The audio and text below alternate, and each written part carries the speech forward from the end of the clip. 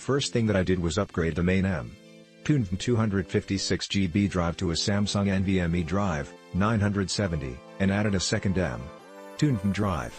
I also upgraded it to 32 GB of RAM, wish it supported more. I also upgraded to Windows 10 Pro. I preserved the old drive never run, so if I ever sell it, it has factory everything.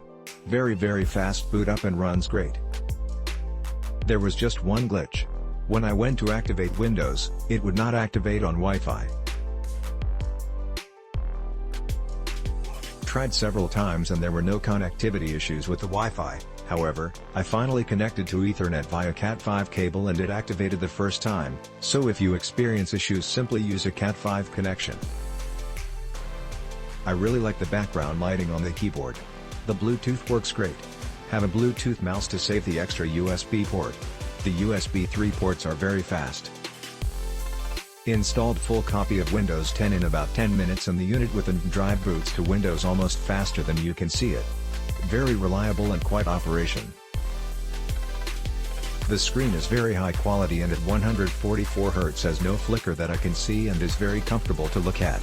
Every unit has its downside. In this case it is hard to figure that one out. The worst part is the power supply brick is much larger and heavier than expected. But then again, being an IC processor with an NVIDIA 2060, I guess it needs all it can get. With all that processor power and video card, the computer cooling system works great, and the laptop actually runs much cooler than expected. I highly recommend this laptop. Very quiet operation. With 2 fans and you cannot hear it at all. This is the best laptop that I have ever owned. I almost bought a 2019 Lenovo Y540 but then I found this 728C variant of the Nitro 5. No other laptops had a 144Hz display with an RTX 2060 and 16 GB of RAM.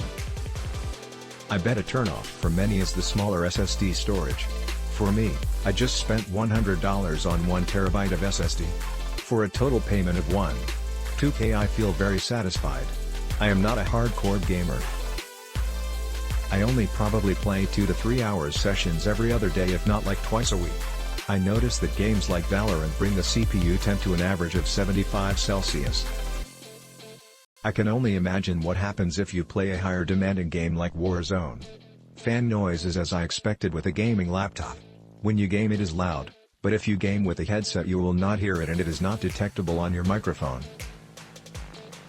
When you are using the laptop for everyday use, every now and then the fan will turn on but on the quietest setting to cool things but turns off after several minutes. I am getting used to it though. As mentioned at the top, SSD storage is small in comparison to competitors' laptops. It will not be a problem if you play only some games, but if you play a lot, I recommend getting an additional SSD. You can easily find SSDs between the $100 to $150 range, just make sure you know or have a friend who knows how to properly install it. The only reason why I give it 4 stars is because the battery life is very short. It does not deliver the 8 hours as described, more around 4 hours at most. I always play while plugged in. Playing unplugged will probably make the battery life even shorter.